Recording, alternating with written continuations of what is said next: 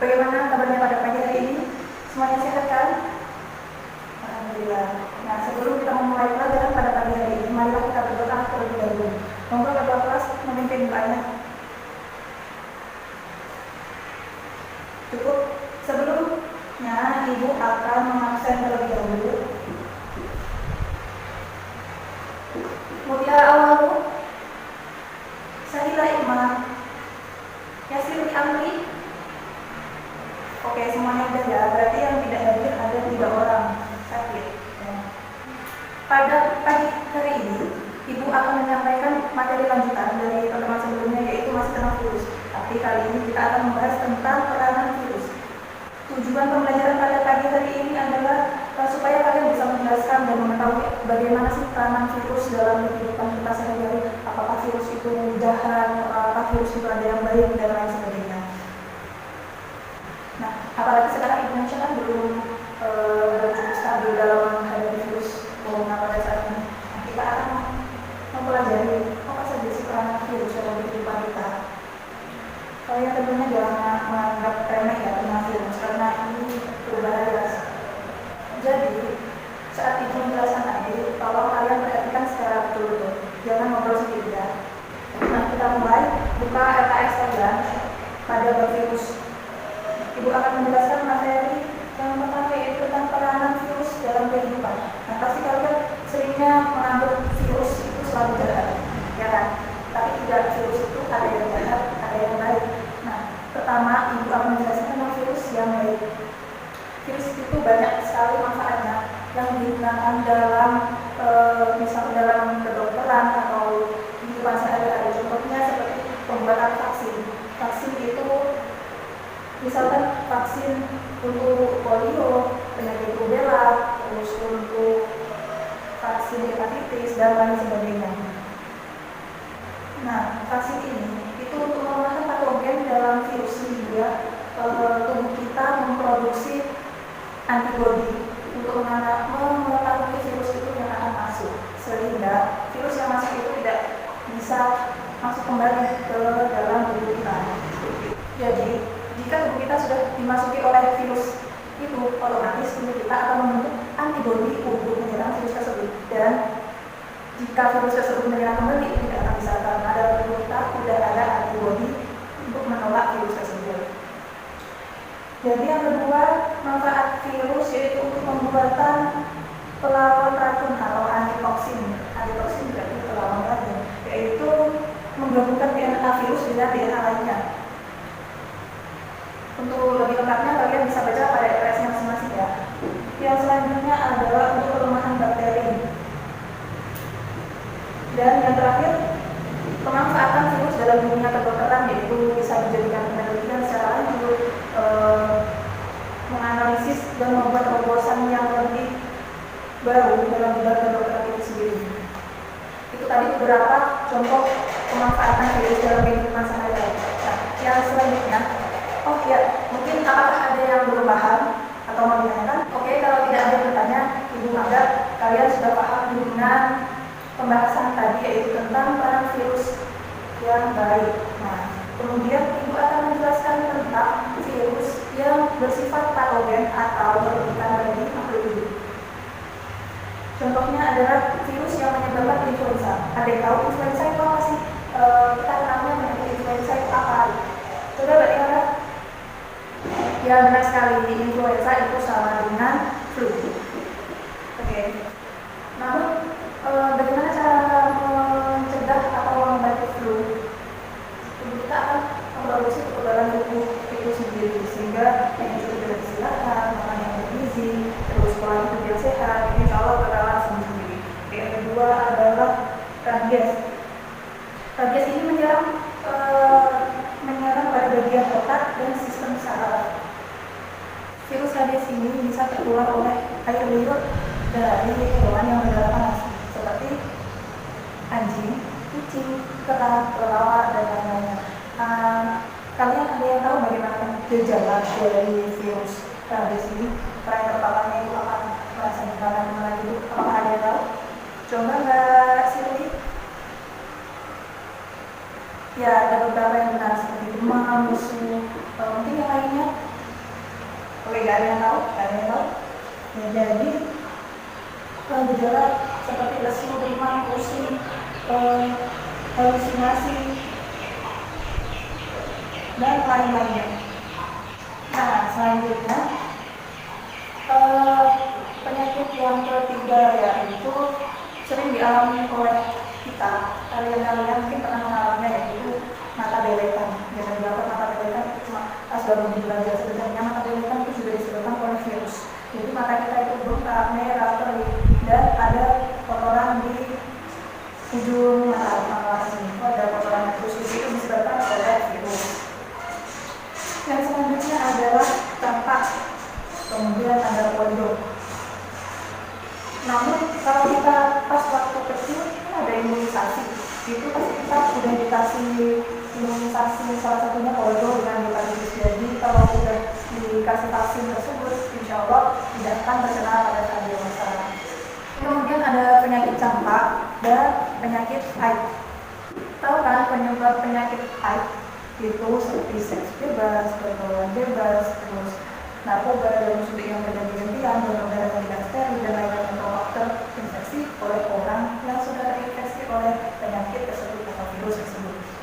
Butuh berapa tahun untuk virus itu memproduksi antibodi milik kita sendiri.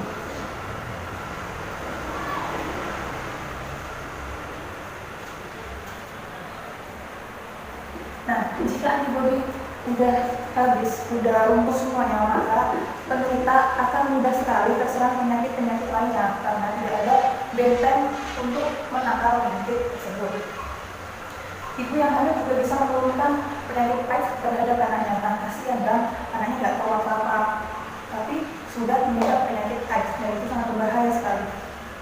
Maka buat kalian jaga pola hidupnya yang sehat, jauhi seks bebas, pokoknya selalu mendekatkan diri kita kepada Tuhan Yang Maha Esa. Oke, yang terakhir adalah virus yang menyebabkan penyakit cacar. Apakah ada yang tahu virus apa itu? Nah, benar sekali. Apakah kalian sudah ada yang pernah terkena penyakit cacar? Seperti kayak terjadi ruang pada kulit dan itu melepuh, dalamnya itu ada airnya atau nanahnya dan itu panas. Nah, virus itu disebut dengan varicella zoster.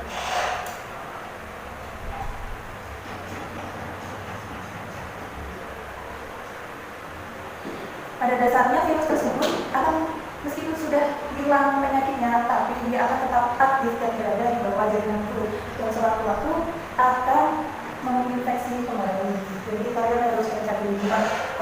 Saya sudah pernah terkena cacar, jadi saya tidak akan terkena cacar lagi. Banyak kasus kok orang yang sudah terkena cacar dan itu terkena lagi, yaitu cacar air.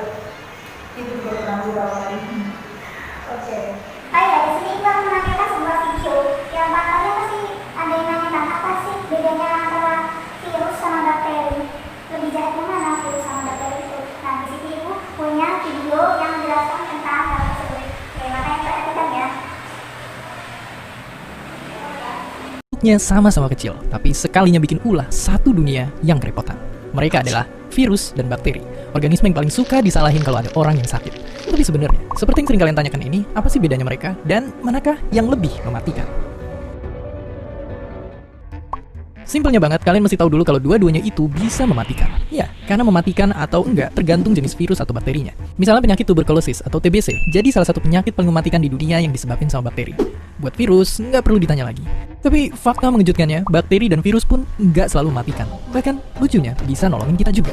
Di perut kita contohnya, itu jadi tempat tinggal 380 triliun bakteri yang ngebantu sistem pencernaan. Sama halnya kayak virus, yang juga bisa ngebantu melawan bakteri jahat dan nyelamatin nyawa manusia. Jadi intinya, mereka berdua ternyata hanya mematikan kalau menginfeksi tubuh kita. Terus kalau gitu, apa yang sebenarnya ngebedain mereka? Simpelnya banget, mereka itu beda banget. Dari wujudnya aja, bakteri itu sel yang hidup, sementara virus itu benda biologis yang nggak bisa dibilang hidup juga. Kalau dari ukuran, bakteri itu jelas kecil banget, tapi virus itu ternyata jauh lebih kecil lagi, bahkan nggak bisa dilihat pakai mikroskop biasa. Dari cara tumbuh kembangnya pun berbeda. Dari miliaran tahun lalu waktu manusia belum ada, bakteri bisa tumbuh kembang sendiri, sedangkan virus cuma bisa bertahan kalau numpang di makhluk hidup lain dan nipu mereka sampai sel-selnya rusak. Tapi, kalau udah sama-sama nyakitin tubuh, kita pun mesti nyiapin taktik yang berbeda. Antibiotik untuk bakteri, dan vaksin atau antivirus untuk virus. Oke, lalu apa yang bikin mereka bisa mematikan?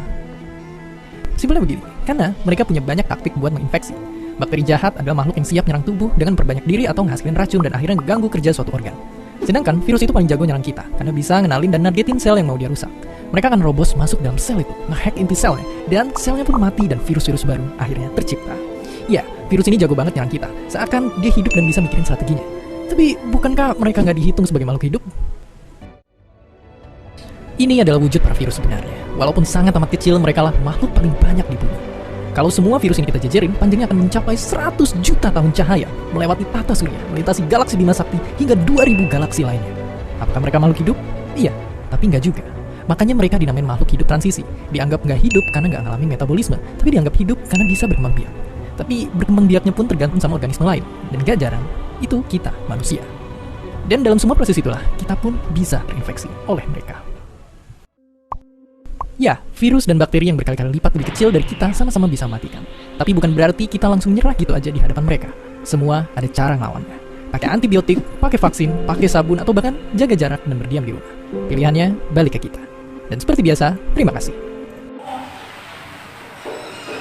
Nah, di bawah LTS kalian, di situ kan ada tugas diskusi, yaitu mendiskusikan apa saja sih peran virus atau virus patogen apa saja dalam tumbuhan. Nah, ibu ingin kalian membuat kelompok masing-masing terdiri dari 5 anak dan itu membahas atau mencari tahu tentang virus pada tumbuhan.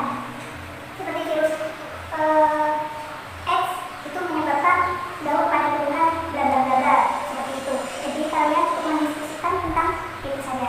Ibu beri waktu selama 15 menit. Nah, untuk kelompoknya itu sama dengan kelompok praktikum yang kemarin. Jadi tidak usah rame dan harap dikerjakan.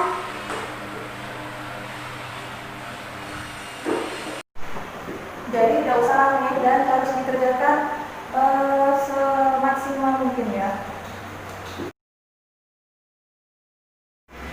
Bagaimana anak-anak? Bisa mengerjakannya kan? Oke, baik. Ibu akan tag kalian satu persatu.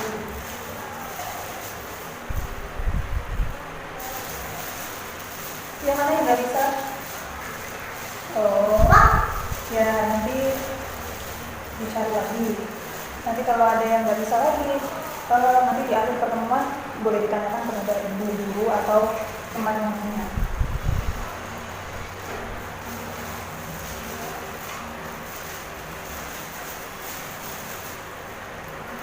Oke, udah lewat 15 menit ya, jadi ibu rasa sudah cukup kan diskusinya.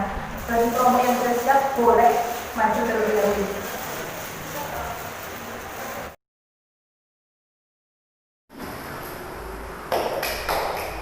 Baik sekali, sekarang buat kalian semua yang sudah berani maju, sudah berusaha mengerjakan secara maksimal, mungkin kalian hebat, kalian bisa. Nah, kalau dari pelajaran pada pagi hari ini, apakah ada yang bisa menyimpulkan? Oke, jadi ibu yang harus menyimpulkan. Didengarkan baik-baik. Pelajaran pada pagi hari ini yaitu tentang peranan virus. Peranan virus itu ada yang menguntungkan dan ada yang merugikan. Yang menguntungkan itu misalnya untuk membuat vaksin, untuk membuat antivaksin, dan untuk mengembangkan bakteri patogen dan lain-lain. Sedangkan virus yang merugikan itu bisa menyebabkan penyakit kepada manusia, hewan, dan tumbuhan. Jadi penyakit apa saja tadi? Ada influenza, ada hepatitis, terus ada rabies, cacar air, campak, dan lain-lainnya. Nah, dari sini kita tahu bahwa tidak semua virus itu bersifat jahat. Jangan sebelum dulu, virus itu juga ada baiknya. Beberapa di antaranya juga memiliki peranan yang justru menguntungkan kepada makhluk hidup. Oke, mungkin itu saja yang dapat Ibu sampaikan pada pagi hari ini. Semoga bermanfaat. Dan jangan lupa pelajari kembali apa yang Ibu sampaikan, mulai dari sejarah virus, protein virus, bagaimana reproduksi virus itu sendiri, sampai peranan virus yang Ibu jelaskan tadi. Sekian, terima kasih. Sampai ketemu pada pertemuan selanjutnya. Assalamualaikum warahmatullahi wabarakatuh.